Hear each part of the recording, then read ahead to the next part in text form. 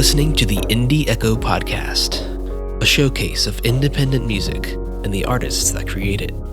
I'm Jordan of Hi5 Music. In this episode, we welcome a singer-songwriter who is on her second EP release.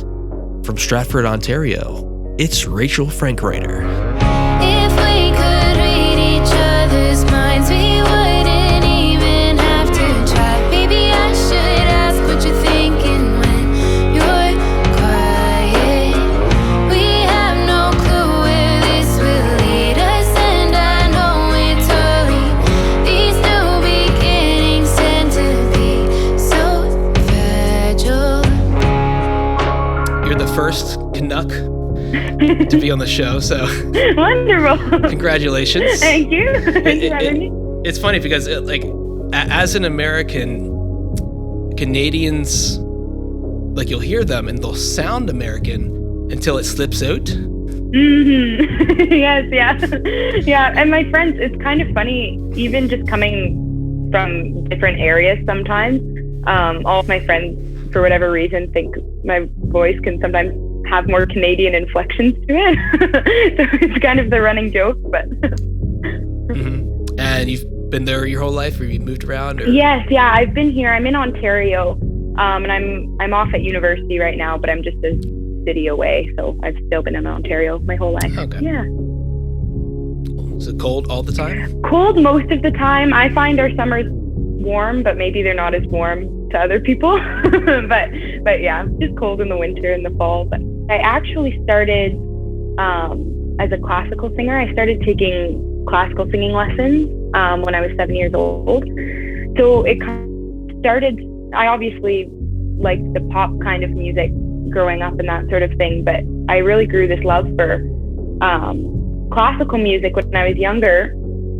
And I got into folk music sort of as I got older. I just started kind of listening to different types of music and kind of exploring. And yeah, that was when I got into folk music, was later. And did you write any music when you were younger? So I started writing music, I think probably when I was around 14, when I was in high school. And I think that just kind of came from starting guitar lessons and piano lessons, and I got really into playing all of my favorite songs, and then decided, what if I started writing? So I just kind of did it for myself for years and years to cope with life and write about my feelings and that sort of thing. And then I decided to share it a few years back.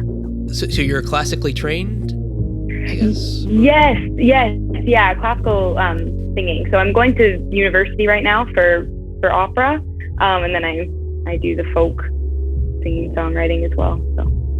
Okay. How do you bridge that divide between the opera and the pop folk side? Yeah, it's been interesting for sure. I think I thought early on that I needed to choose one or the other, and so it was always kind of this challenge in my brain which one I'll end up doing. But yeah, I try to keep, as far as the technique and the singing, I try to keep them kind of separate, but it's a very different love for both of them individually. So yeah, it would be a little jarring if just suddenly in the middle of your folk song just it might not fit too well. Yeah, but yeah.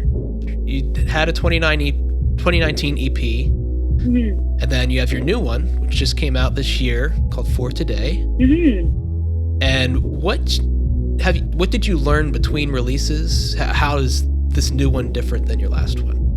Yeah, so my first one, my guitar teacher really kind of inspired me to record and release it. So he actually produced both EPs.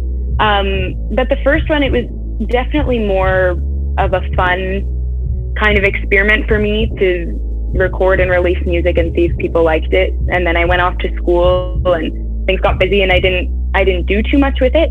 But then with this one, I kind of went in with the mindset of, I really want to push this one. I really want to promote this one a bit more, to kind of start getting people listening to my music.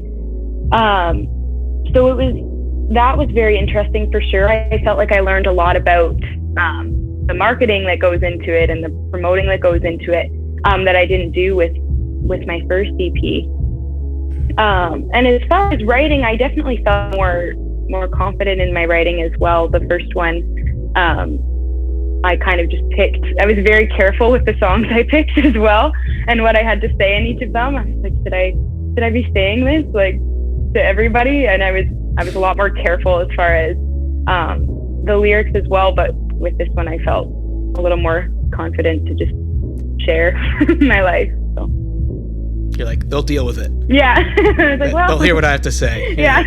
I think honesty is important, and I think that's why I felt like, well, if people are going to listen to my music, I want them to kind of see who I am through my music. So I just kind of stopped caring as much about what I had to say when I was sharing. So. Do you have a set songwriting process, or do you kind of just like whatever's feeling right at the moment? It's very interesting. It kind of happens different every time. So that's why I think I like it so much. But I think I write down lyric ideas almost every day. And it's not always when I'm consciously thinking about it. Sometimes something will just pop into my head and I'll write it down. So I usually have a lot of lyric ideas kind of in my phone and written down places to choose from. But sometimes something will happen and a song will just kind of come out of nowhere and I won't really expect it, and it'll be out in 30 minutes. And that happened with Ocean on my newest EP on For Today. It was a very strange kind of way of writing, just because I had seen an old photo and I decided to write a song, and it just kind of happened at 30 minutes in the piano without me even thinking too much about it. And I'm bringing it up because the other day I saw the first photo and all the memories stayed. Didn't know what it meant till I woke up today. These things come and go in waves. It's surprising how often like the best songs just kind of happen like that. Yeah. And as is, it's more of a rocky ballad. So when you wrote it, was that the outcome you had in mind, or did you write it at a piano, or how'd that go? Yeah, I wrote it at the piano, and I definitely wasn't thinking as much of the rocky ballad. I think originally I was planning on keeping the piano a bit more at the forefront, and then when we got into recording, it kind of switched to that electric guitar, being a bit more of the basis of it. So yeah, sometimes when I'm writing a song and it comes out, I'll definitely hear those production kind of ideas. And then other times it will totally change as I'm going to the studio and recording. So the whole EP has a very, 90s alternative pop kind of feel. And so who were some of the artists that you were inspired by sound-wise? Mm-hmm. Music. Yeah, I was listening to a lot of newer people I had kind of just found out about. So I think that was where a lot of it came from. There was one musician in particular, Ellis, from Hamilton, Ontario, Canada. And she really inspired me a lot, I think.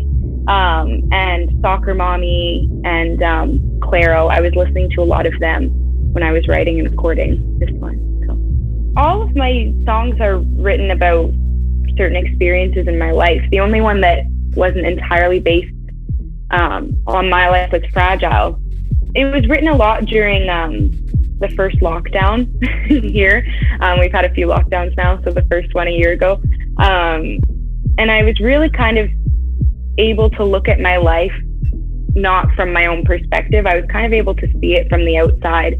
And what was interesting to me was I felt like I was always kind of looking towards the next thing and thinking about the next thing in my life instead of just kind of being happy with where I was at. And that's still a challenge I think a lot of people face today, especially right now, right? With things being so unpredictable, it's it's easy to just say, oh, I wish things would go back to normal right away. And it's hard to find things to appreciate sometimes. But yeah, I think that was kind of where a lot of the EP came from, was trying to appreciate where I was at in the moment instead of thinking towards the next thing all the time. I play a lot of kind of local shows and sort of just covering songs and that sort of thing. I didn't get to play the first EP as much live anywhere. I was hoping to do that more with this one. But then that turned into live streams. So that was still fun and it was so good. I miss playing live for sure. And you've taken off a little bit on TikTok, so there's that as well. trying to understand it. It's very interesting, but there's lots of cool people on TikTok that you kind of just meet. I met someone through TikTok that reviewed my music, and I had followed her days before I knew the review was coming out. And I thought that was kind of cool. We were messaging each other after that. So it's funny, the people that you meet on TikTok that you're not expecting to meet. That is cool. So, yeah. Because there are a lot of singer-songwriters on TikTok where like they'll play their acoustic version, and then you get to hear the studio when it comes out. Yeah. Cool. Do you do like covers and stuff as well? I do. Yeah, I definitely started with a lot of covers before I was sharing my music. That gets the people's attention. Yeah. So you're like, come for the covers, stay for the originals. You know? Yes, for sure. Yeah. As far as writing, I think the biggest challenge for me was kind of to decide which songs kind of felt like one work. And I did kind of want them to feel more like one work compared to my first EP, which was a bit more kind of random experimental ideas I kind of came up with. And especially I felt the Suburbs cover that's on the end, it's very different from the rest. So I wanted to really kind of make everything feel a bit more put together with this one. Yeah, Risky is a great way to end the EP. That chord progression just hits me just right. Thank you. Every time. Thank you so much. And it has a sense of finality, which I always appreciate in a EP or album, where it feels like a closer. And I've been chasing that sound for years now. I can hear it, but I can't pinpoint what exactly it is. Right, yeah. So good job on that. Thank you. Thank you so much. So make me believe you're it for me, 'cause I can't stop overthinking and I'm trying so hard to wear my heart on my sleeve. Meet me in the middle of everything, 'cause nothing worth it comes easy. I'll take the good and the bad and give 100% of me, even if it's risky. Killing Time, where did that one come from? Yeah, that really kind of carries the theme of the EP that I was talking about earlier. But I was looking a lot towards the friends that I had just met in university. When I had finished last year, I was just finishing up my first year of university.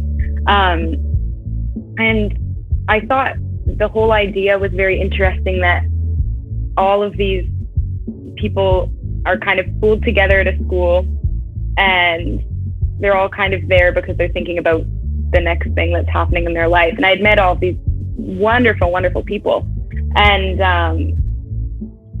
it was very interesting to me. We were all there and we were all friends, but I kind of hated that the only reason was because we were looking towards the next thing. So that's kind of where that one came from. Is this the way it is? Felt this way since we were kids, feeling like I'm just living for next year. Baby, down the road, I'll be ready to go. I'm so scared that when we go, this will all slip away. I hate to think that we're just killing time.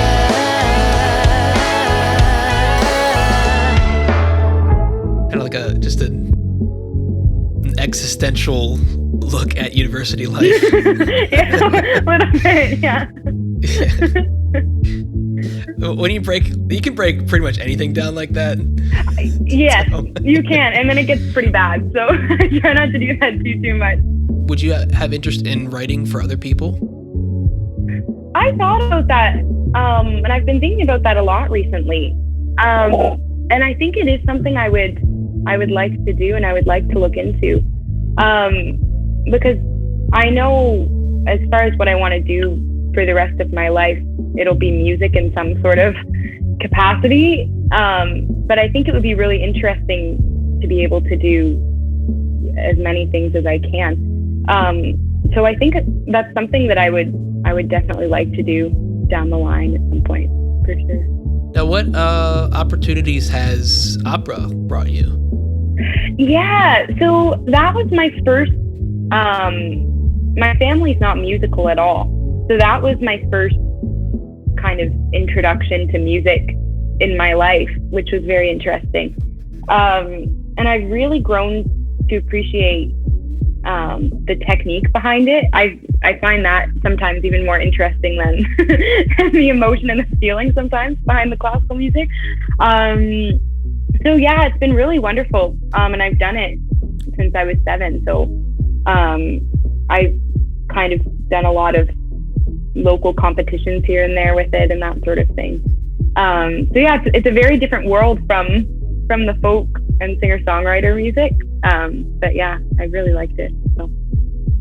Do you ever have people who like hear your opera and then you're like, hey, check out my music, and they're like, this isn't opera at all? Yeah. Well, my professor actually it's so funny because I wasn't really expecting him to be the biggest fan of my folk music, but he really enjoys it. So I think that's really funny that he hears me sing opera a couple times a week, but he also appreciates the folk and that sort of thing as well.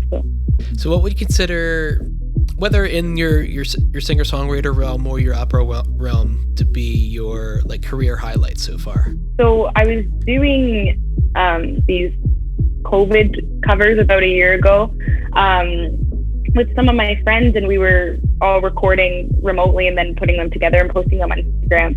And we did a cover of Mexico by the Stays, and it's 3 girls and they're sisters and they're a musical group. And they reached out and they said they really liked our cover, and I thought that was really cool because I'm a pretty big fan of them. So that's really cool. Yeah. So you bring your songs to your producer. What is the back and forth actually like? Do you like kind of just hand them your songs, like, here, take this, make something out of it? Or is it more collaborative and going back and forth? Yeah, it's definitely collaborative. And I really appreciate that. I have the best relationship with my producer since he was my music teacher for so long. And I actually taught music lessons at his studio for a while as well. So he was my boss as well. So we have that nice relationship. So usually what I would do is I would go into the studio and I would play him the songs, and then we would kind of bounce ideas off of each other if there were specific things that we had heard that we wanted to try. And then we would also kind of come up with things as we went. So we would start with rough tracks and just coming up with a bunch of ideas together on the synthesizers and the pianos and that sort of thing. And then we would take things out if we decided we didn't need something or put things in. So yeah, so it was definitely a collaborative thing, which was awesome. Was there any song that kind of transformed dramatically from conception to finish? Yes, yeah, Changing did, which was very interesting. And I started it Fitting. Sorry? Yeah, yeah, Changing was changing. Yeah, yeah, that one was really fun actually to record. Because when I recorded it and I wrote it, originally it was this very straight guitar, and it was kind of more of the indie rock kind of feel to it. And then Jaron Camp, who I play the gigs with. He came in and played guitar as well on the EP. And he had this really cool guitar idea, which is the one that kind of runs through that one that's off the beat. And we thought it was really cool. It just didn't go with anything else that we had built the song around, but it was something that I thought was so special and so unique. I really wanted to have it. So we ripped the whole song apart basically and redid it around one guitar part. So that was really fun to kind of re-record it that way. I hit the ground running a few months ago. Started to believe all the words they spoke. That is funny when you discover something like that, and then it's so good where you're like, oh no. Yes. Oh no, we have to start all over again. Yeah, I thought about it and I was like, well, this will be worth it. I think it'll be good. So yeah. I've always thought the idea of doing some sort of UK tour would be really cool. I don't know why. I've always just thought that would be really exciting. But yeah, it would be interesting. UK is a cool place. Yes. Yeah. I just think to get outside of Canada a little bit. And I've done lots of local shows, and I really like doing the smaller local shows in kind of the surrounding cities. But I think it would be really cool to either get outside of the province or get outside of Canada. And what are the big music hubs of Canada? I don't even know. Toronto or Toronto is the closest to me for sure. I'm about a couple hours away from Toronto. So okay. Yeah, that's probably the main one I would think of. Is there anyone you would want to either write for or collab with? Like, who would fit your style most? Yeah. If I was picking really famous people kind of out of my reach right now, I think Taylor Swift is really cool. And I've always Taylor Swift fan. But what she's done recently with Folklore and Evermore, I think it's really fantastic. And I just think she's such an incredible songwriter. So that would be probably my main person. And her re-releases. Yes. So these last 2 years, we've just been drowning in Taylor. I know. I've not been complaining about it. It's been good. You've seen a lot of live concerts and whatnot. Who's been your favorite concerts? Yeah, I've seen Bon Iver a couple times, actually, and that was really incredible. I saw him actually at Fox Theater in Detroit. And it's this beautiful theater with stained glass everywhere, and it was really incredible. That's probably one of my favorite concerts I've been to, which was really cool. Cool. I've always wanted to visit Canada. I haven't. Just hasn't happened. Yeah. But it's one of those things. When you live there, you're like, why would you come here? Yes. Probably. Yeah. Yeah. But to me, it's really interesting. Exactly. Yeah, I really like Canada. Yeah, there's some really, really beautiful places in Canada. So it is a nice place to travel, I think. But I'm just from a small town. So Stratford's nice, but definitely one of the smaller kind of areas. So I'm surprised you don't have your Timmies with you. I know. I have a coffee at home, not the Timmies today. There's some Tim Hortons. They're scattered around the U.S. There's one in New York, one in D.C. maybe. Mm-hmm. I went to the one in New York because I'd always heard about Tim Hortons, and I was like, okay, I gotta try this. Yes. Timbits.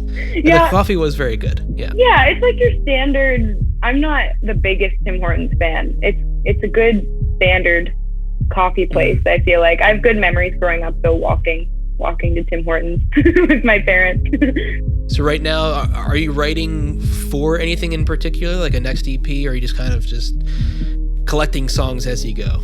Yeah, at this point, I'm not writing for anything in particular. I'm always thinking about the next thing that I would like to release. So nothing in particular yet, but hopefully it will eventually. Yeah, and I find it interesting sometimes going back to songs that I kind of forgot that I had written. So even some of these ones that I'm writing now, even if they're released quite a few songs later from what I've written, I find it interesting to go back and pick some. Links to Rachel's music and everything else can be found in the show notes, including the Indie Echo Spotify playlist, where you can hear music from her and all the other artists featured on the show. Indie Echo is a production of Hi5 Music, an online production studio that brings your bedroom demos to life. To be featured or request an artist, use the contact form link on my Instagram at Hi5 Music, and you can follow the show at Indie Echo Podcast. Thank you for listening.